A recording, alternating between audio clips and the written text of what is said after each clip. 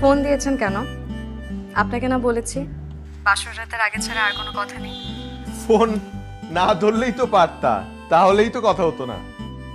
জি, এই জন্যই তো ফোনটা আমি ধরেছি, সারাকে দিয়ে ধরাই নাই। কে সারা? জি, আমি সারা। সারা কই?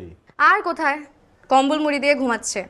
বিয়ের দিনের আগে ছিল সারা আর কাউকে মুখ দেখাবে না। ওকে ওঠাও, শপিং এ যেতে হবে, কাল রাতেই তো বলে রেখেছি। পসিবল না। তাছাড়া আপনি আপনি তো সারাকে আর বাসর রাতের আগে ছাড়া দেখতেই পাবেন না। দেখো সারা, এটা ফাইজলামি করার সময় না। কালকে আমাদের প্রোগ্রাম, কত কিছু কেনা বাকি। তুমি প্লিজ ওকে ঘুম থেকে উঠে নিয়ে আসো না মলে।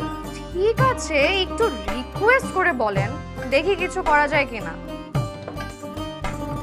ঠিক আছে, আপনাকে রিকোয়েস্ট করে বলছি, যারা ম্যাম প্লিজ দয়া করে আমার ফিয়ান্সে সারাকে ঘুম থেকে উঠিয়ে একটু নিয়ে আসেন। আচ্ছা ঠিক আছে ঠিক আছে, দেখি কিছু করা যায় কিনা।